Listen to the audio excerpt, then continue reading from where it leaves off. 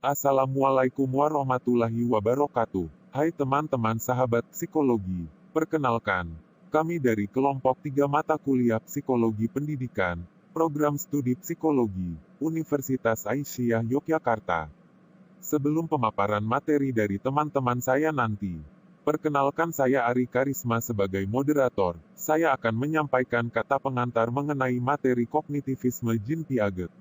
Mari kita simak video berikut ini. Baiklah, kita sudah berada di tempat yang mana ini akan menjadi tempat kita untuk berdiskusi. Akan saya mulai terlebih dahulu tentang materi kita kali ini, kognitivisme Jean Piaget. Definisi kognitivisme adalah teori belajar kognitif. Teori yang lebih mementingkan proses belajar daripada hasil belajarnya. Teori kognitif dijelaskan sebagai suatu aktivitas belajar yang berkaitan dengan penataan informasi, reorganisasi perseptual, dan proses internal. Kebebasan dan keterlibatan siswa secara aktif dalam proses belajar amat diperhitungkan, agar belajar lebih bermakna bagi siswa. Di sini kita sudah bersama Mbak Yusli Hayanti yang akan menyampaikan materi tentang proses kognitif menurut Jean Piaget. Terima kasih. Halo teman-teman. Saya akan menjelaskan sedikit tentang bagaimana proses kognitif. Nah, proses kognitif Santrok 2008 menyatakan dalam memahami dunia anak-anak secara aktif, mereka menggunakan skema kerangka kognitif atau kerangka referensi. Sebuah skema adalah konsep atau kerangka eksis di dalam pikiran individu yang dipakai untuk mengorganisasikan dan menginterpretasikan informasi. Piaget menyatakan bahwa ada dua proses yang bertanggung jawab atas cara anak menggunakan dan mengadaptasi skema mereka, yaitu asimilasi dan akomodasi. Kemudian lebih lanjut Santrok 2008 menyatakan bahwa Piaget juga menyatakan bahwa untuk memahami dunianya, anak-anak secara kognitif mengorganisasikan pengalaman mereka. Organisasi adalah konsep Piaget yang berarti usaha mengelompokkan perilaku yang terpisah-pisah ke dalam urutan yang lebih teratur ke dalam sistem fungsi kognitif. Selanjutnya Santrok 2008 menyatakan bahwa ekuilibrasi adalah suatu mekanisme yang dikemukakan Piaget untuk menjelaskan bagaimana anak bergerak dari satu tahap pemikiran ke tahap pemikiran selanjutnya. Baiklah, terima kasih atas penjelasannya Mbak Anti. Kali ini kita akan membahas materi yang lumayan panjang. Jadi, untuk teman-teman dimohon menyimak dengan baik. Silahkan Mbak. Halo, nama saya Nyanyu Syafila akan menyampaikan tentang tahap-tahap Piagetian. Tahap-tahap Piagetian Santrok 2008 menyatakan bahwa melalui observasinya, Piaget juga meyakini bahwa perkembangan kognitif terjadi dalam 4 tahapan. Masing-masing tahap berhubungan dengan usia dan tersusun dari jalan pikiran yang berbeda-beda. Menurut Piaget, semakin banyak informasi tidak membuat pikiran anak lebih maju. Kualitas kemajuannya berbeda-beda. Tahapan Piaget itu adalah fase sensori motor, praoperasional, operasional konkret, dan operasional formal. Berikut ini penjelasannya. 1. Tahap sensori motor. Tahap ini yang berlangsung sejak kelahiran sampai sekitar usia 2 tahun, adalah tahap Piagetian pertama. Dalam tahap ini, bayi menyusun pemahaman dunia dengan mengoordinasikan pengalaman indera atau sensori mereka, seperti melihat dan mendengar, dengan gerakan motor atau otot mereka seperti menggapai, menyentuh, dan karenanya diistilahkan sebagai sensori motor. Pada awal tahap ini, bayi memperlihatkan tidak lebih dari pola reflektif untuk beradaptasi dengan dunia. Menjelang akhir tahap ini, bayi menunjukkan pola sensori motor yang lebih kompleks. 2. Tahap praoperasional. Tahap ini adalah tahap Piagetian yang kedua. Tahap ini berlangsung kurang lebih mulai dari usia 2 tahun sampai 7 tahun. Ini adalah tahap pemikiran yang lebih simbolis ketimbang pada tahap sensori motor, tetapi tidak melibatkan pemikiran operasional. Namun tahap ini bersifat egosentris dan intuitif ketimbang logis. Pemikiran praoperasional bisa dibagi lagi menjadi 2 subtahap, fungsi simbolis dan pemikiran intuitif. 3. Tahap operasional konkret, dan keempat ada tahap operasional formal yang akan dijelaskan oleh anggota lainnya nanti. Saya yakin teman-teman paham dengan penjelasan dari Mbak Nyanyu. Terima kasih untuk Mbak Nyanyu.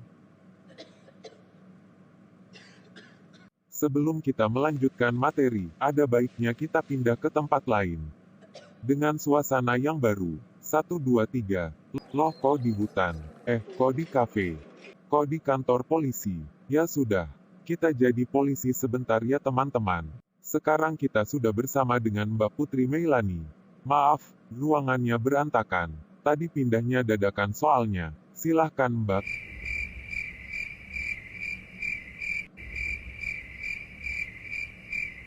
Baiklah, langsung saja. Saya Putri Meilani akan menyampaikan materi tentang subtahap fungsi simbolik. Subtahap fungsi simbolik merupakan subtahap pertama dari pemikiran praoperasional yang terjadi antara usia 2-4 tahun. Dalam subtahap ini, anak kecil memperoleh kemampuan untuk membayangkan penampilan objek yang tidak hadir secara fisik. Kemampuan ini secara cepat dapat memperluas dunia mental anak.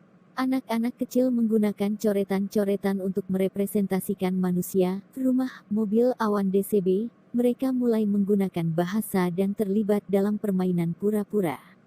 Meskipun di dalam subtahap ini anak-anak kecil sudah membuat kemajuan yang berarti, pemikiran mereka masih terbatas. Dua bentuk keterbatasan ini adalah egosentrisme dan animisme. Egosentrisme adalah ketidakmampuan membedakan perspektif atau sudut pandang orang lain. Piaget dan peneliti menempatkan sebuah boneka ke lokasi-lokasi yang berbeda di sekeliling meja. Di setiap lokasi, sang anak diminta untuk memilih salah satu dari serangkaian foto yang paling tepat mencerminkan pemandangan yang dapat dilihat oleh boneka tersebut. Anak-anak yang berada di subtahapan praoperasional seringkali menunjuk foto menurut yang dilihatnya sendiri dibandingkan yang dilihat oleh boneka. Anak-anak prasekolah seringkali memperlihatkan kemampuan untuk menggunakan perspektif orang lain pada sejumlah tugas, namun tidak pada tugas-tugas lainnya. Oh begitu. Terima kasih atas penjelasannya Mbak Putri. Selanjutnya kita akan membahas tentang subtahap pemikiran intuitif yang akan disampaikan oleh Mbak Violita Nuryanto. Silahkan Mbak. Hai, saya Violita Nuryanto akan menjelaskan tentang subtahap pemikiran intuitif.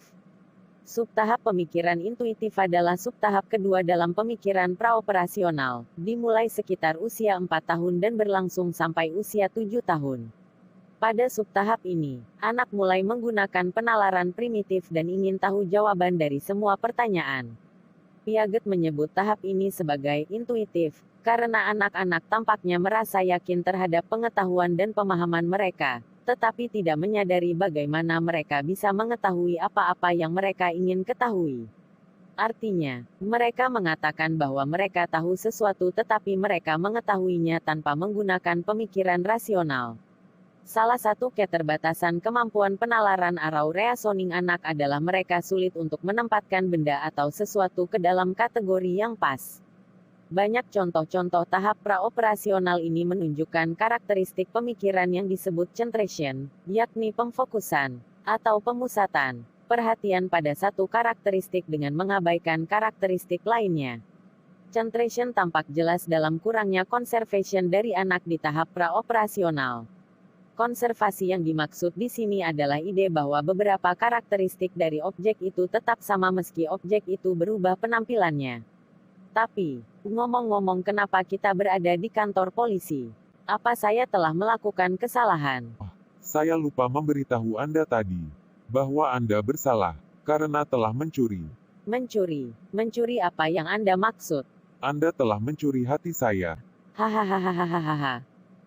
Baiklah, terima kasih Mbak Violita atas penjelasannya. Sebelum ke pembahasan yang selanjutnya, haruskah kita pindah tempat lagi? Baiklah, 1, 2, 3. Kita pindah ke, loh kok di sini? Sudahlah, tidak apa-apa, walaupun pakaian saya tidak mendukung untuk berada di cuaca seperti ini. Baiklah Mbak Lita, silakan sampaikan materi Anda. Saya akan menyampaikan materi ini secara singkat, karena cuaca di sini sangat dingin. Maaf Mbak Lita atas ketidaknyamanannya. Mohon salahkan editornya, karena dia yang menempatkan kita di sini.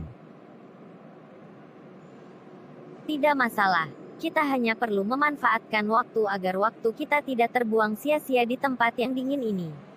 Langsung saja, saya Arlita Puji Astuti akan menjelaskan tentang tahap operasional konkret. Tahap operasional konkret adalah tahap perkembangan kognitif Piagetian yang ketiga, dimulai dari sekitar umur 7 tahun sampai sekitar 11 tahun. Pemikiran operasional konkret mencakup pengguna operasi. Penalaran logika menggantikan penalaran intuitif, tetapi hanya dalam situasi konkret. Kemampuan untuk menggolong-golongkan sudah ada, tetapi belum bisa memecahkan problem-problem abstrak. Operasi konkret adalah tindakan mental yang bisa dibalikkan yang berkaitan dengan objek konkret nyata. Operasi konkret membuat anak bisa mengoordinasikan beberapa karakteristik, jadi bukan hanya fokus pada satu kualitas dari satu objek. Pada level operasional konkret, anak-anak secara mental bisa melakukan sesuatu yang sebelumnya hanya bisa mereka lakukan secara fisik, dan mereka bisa membalikkan operasi konkret ini. Wah, terima kasih atas penjelasannya yang sangat singkat, padat, dan jelas ini. Setelah ini kita akan sampai pada materi kita yang terakhir, yaitu tentang tahap operasional formal. Baiklah, silakan langsung dijelaskan Mbak. Saya Haura Briliantari akan menjelaskan tentang tahap operasional formal. Tahap ini muncul pada usia 7-15 tahun. Tahap ini merupakan tahap keempat menurut teori Piaget dan kognitif terakhir. Pada tahap ini, individu sudah mulai memikirkan pengalaman di luar pengalaman konkret dan memikirkannya secara lebih abstrak, idealis, dan logis. Kualitas abstrak dari pemikiran operasional formal tampak jelas dalam pemecahan problem verbal. Selain memiliki kemampuan abstraksi, pemikir operasional formal punya kemampuan untuk melakukan idealisasi dan membayangkan kemungkinan-kemungkinan. Pada tahap ini, remaja mulai melakukan pemikiran spekulasi tentang kualitas ideal yang mereka inginkan dalam diri mereka dan diri orang lain. Terima kasih atas penjelasannya Mbak Haura. Sama-sama. Maaf, saya sampai bersin karena kedinginan. Baiklah teman-teman, selesai sudah materi yang kami sampaikan tentang teori kognitivisme menurut Jean Piaget. Saya yakin teman-teman pasti paham jika memperhatikan dan menyimak video ini dengan baik. Saya Ari Karisma selaku perwakilan kelompok 3 sekaligus moderator, mengucapkan terima kasih karena sudah menonton video ini. Dan jangan lupa untuk tekan tombol like, komen, dan subscribe ya teman-teman. Wassalamualaikum warahmatullahi wabarakatuh.